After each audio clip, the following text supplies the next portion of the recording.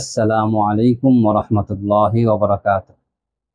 আলহামদুলিল্লাহি রাব্বিল আলামিন ওয়াসসালাতু ওয়াসসালামু আলা সাইয়্যিদিল আমবিয়া ওয়াল মুরসালিন ওয়া আলা আলিহি ওয়া আসহাবিহি আজমাইন। সম্মানিত দর্শক, আজকে আমরা অত্যন্ত গুরুত্বপূর্ণ একটি বিষয় তাকওয়া বা আল্লাহর ভয় সম্পর্কে আলোচনা করব। তাকওয়া বা আল্লাহর ভয় এটা শুধুমাত্র একটি গুণই নয়, বরং দুনিয়া ও আখিরাতের সফলতার চাবিকাঠি। চলুন আমরা কোরআন ও সহিহ হাদিসের আলোকে তাকওয়া বা আল্লাহর ভয় সম্পর্কে জানার চেষ্টা করি। তাকওয়া বা আল্লাহর ভয় সম্পর্কে প্রথমেই আমরা কোরআনুল কারীমের কিছু আয়াত জানার চেষ্টা করব। সর্বপ্রথম যে আয়াতটি আমরা জানব সূরা আলে ইমরানের 102 নম্বর আয়াত। আল্লাহ তাআলা বলেন, ইয়া আইয়ুহাল্লাযীনা আমানুত্তাকুল্লাহ হাক্কা তুকাতিহ, হে ঈমানদারগণ তোমরা আল্লাহকে ভয় করো, আল্লাহকে যথাযথ সত্যিকার অর্থে ভয় করো। যথাযথ বা সত্যিকার অর্থে ভয় করার অর্থ কি? হযরত ইবনে মাসউদ রাদিয়াল্লাহু তাআলা আনহু এই আয়াতের ব্যাখ্যায় বলছেন যে আল্লাহকে সত্যিকার অর্থে ভয় করা বা যথাযথভাবে ভয় করার অর্থ হলো আল্লাহর পরিপূর্ণ আনুগত্য করা, আল্লাহর নাফরমানি না করা, আল্লাহর স্মরণ সর্ব অবস্থায় দিলের মধ্যে জাগ্রত রাখা, আল্লাহকে ভুলে না যাওয়া, আল্লাহর শুকরিয়া আদায় করা, অকৃতজ্ঞ না হওয়া। এর অর্থই হলো আল্লাহ তাআলাকে যথাযথভাবে ভয় করা। 2 নম্বরে যে আয়াত শুনবো সূরা তাগাবুনের 16 নম্বর আয়াত। আল্লাহ তাআলা বলেন, ফাত্তাকুল্লাহা মাস্তাতাতুম, তোমরা আল্লাহকে সাধ্য অনুযায়ী ভয় করো। সাধ্য অনুযায়ী ভয় করার অর্থ ইমাম ইবনে কাসির রাহমাতুল্লাহি আলাইহি তিনি বলেন যে আল্লাহ মানুষের উপর তার সাধ্যের বাইরে কোনো কাজ চাপিয়ে দেন না। তাই মানুষ যতটুকু পারে ততটুকুই আল্লাহকে ভয় করবে, অর্থাৎ ফরজ কাজগুলি করবে, হারাম থেকে বেঁচে থাকবে এবং যতটুকু সম্ভব নফল ও উত্তম কাজ করবে। সম্মানিত দর্শক, 3 নম্বরে যে আয়াত আমরা শুনবো সূরা আহজাবের 70 নম্বর আয়াত। আল্লাহ তাআলা বলেন, ইয়া আইয়ুহাল্লাযীনা আমানুত্তাকুল্লাহ ওয়া কুলু কাওলান সাদীদা, হে ঈমানদারগণ তোমরা আল্লাহকে ভয় করো এবং সঠিক কথা বলো। সম্মানিত দর্শক, 4 নম্বরে আমরা যে আয়াত শুনবো সূরা তালাকের 2 এবং 3 নম্বর আয়াত।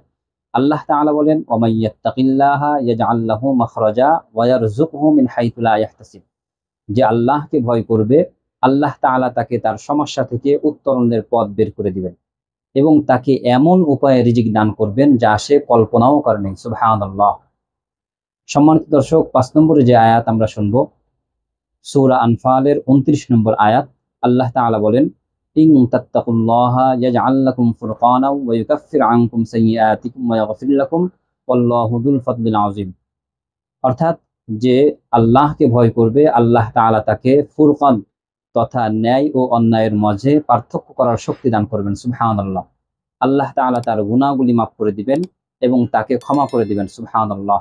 আল্লাহু যুল ফাদলিল আযীম, নিশ্চয়ই আল্লাহ তাআলা মহা কল্যাণের অধিকারী। সম্মানিত দর্শক, 6 নম্বরে যে আয়াত আমরা শুনবো সূরা তাওবার 119 নম্বর আয়াত। আল্লাহ তাআলা বলেন, ইয়া আইয়ুহাল্লাযীনা আমানুত্তাকুল্লাহ ওয়া কুনু মা'আস সালিহিন, হে ঈমানদারগণ তোমরা আল্লাহকে ভয় করো এবং সত্যবাদীদের সঙ্গে থাকো। সম্মানিত দর্শক, তাকওয়া বা আল্লাহর ভয় সম্পর্কে কোরআনুল কারীমে আরো অনেক আয়াত আছে, তার মধ্য থেকে আমি আপনাদেরকে 6টি আয়াত শোনাইলাম। এখন আমরা সহিহ হাদিসের আলোকে তাকওয়া বা আল্লাহর ভয় সম্পর্কে জানার চেষ্টা করব। সর্বপ্রথম যে হাদিসটি আমি আপনাদেরকে শোনাবো সহিহ মুসলিম ও সহিহ বুখারী শরীফের হাদিস। হযরত আবু হুরায়রা রাদিয়াল্লাহু তাআলা আনহু থেকে বর্ণিত, তিনি বলেন, রাসূলুল্লাহ সাল্লাল্লাহু আলাইহি ওয়াসাল্লামকে জিজ্ঞাসা করা হলো, ইয়া রাসূলুল্লাহ, মানুষের মধ্যে সবথেকে সম্মানিত ব্যক্তিকে? রাসূলুল্লাহ সাল্লাল্লাহু আলাইহি ওয়াসাল্লাম তখন বললেন, মানুষের মধ্যে সবথেকে সম্মানিত ব্যক্তি সে যে সবচেয়ে বেশি মুত্তাকি। যে সবচেয়ে বেশি মুত্তাকি সেই হলো মানুষের মধ্যে সবথেকে সম্মানিত। সাহাবায়ে কিরাম বললেন, ইয়া রাসূলুল্লাহ, আমরা তো এটা জানতে চাই না।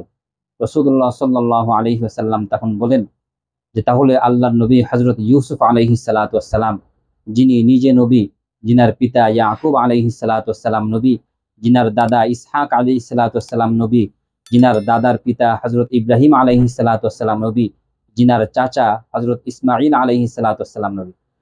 তখন সাহাবায়ে কিরাম বললেন, ইয়া রাসূলুল্লাহ, আমরা তো এটাও জানতে চাই না। তখন রাসূলুল্লাহ সাল্লাল্লাহু আলাইহি ওয়াসাল্লাম বললেন, তাহলে কি তোমরা আরব দেশের গোত্র সম্পর্কে জানতে চাচ্ছ? জাহেলি যুগে যারা সম্মানিত ছিল, ইসলামেও তারা সম্মানিত, যদি তারা ইসলামের সঠিক জ্ঞান অর্জন করে। অর্থাৎ জাহিলি যুগে যে সমস্ত সাহাবায়ে কিরামের যে সমস্ত ভালো গুণ ছিল, ইসলাম গ্রহণের পর সে সমস্ত গুণ সহ ইসলামে আরো অনেক গুণ অর্জন করার কারণে তারাই সম্মানিত। সম্মানিত দর্শক, 2 নম্বরে যে হাদিস আমি আপনাদেরকে শোনাবো, সহিহ মুসলিম শরীফের হাদিস।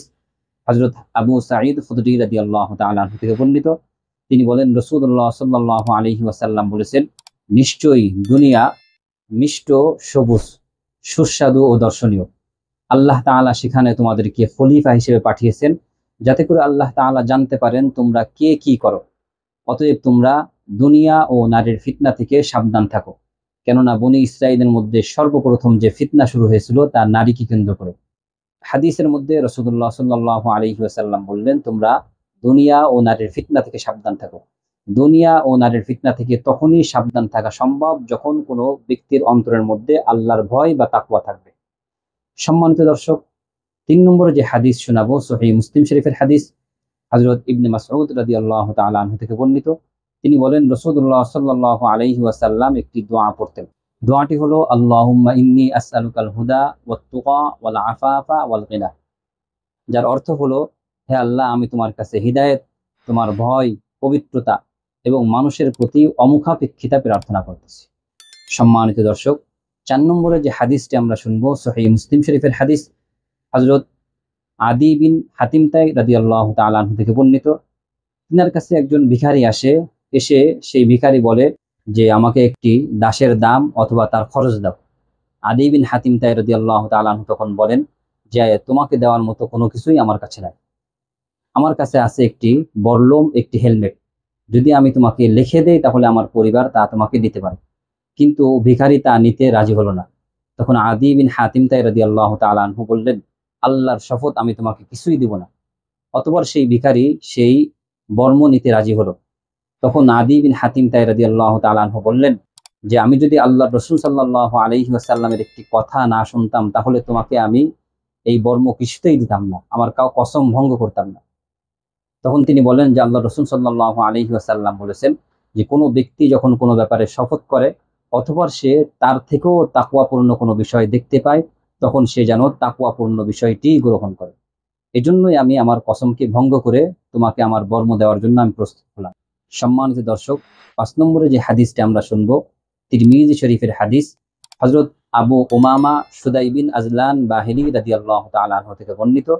তিনি বলেন, আমি রাসূলুল্লাহ সাল্লাল্লাহু আলাইহি ওয়াসাল্লামকে বলতে শুনেছি, তোমরা আল্লাহকে ভয় করো, 5 ওয়াক্ত নামাজ আদায় করো, রমজান মাসের রোজা রাখো, তোমাদের সম্পদের যাকাত দাও, তোমাদের শাসককে মান্য করো, তোমরা তোমাদের রবের জান্নাতে প্রবেশ করবে। সুবহানাল্লাহ।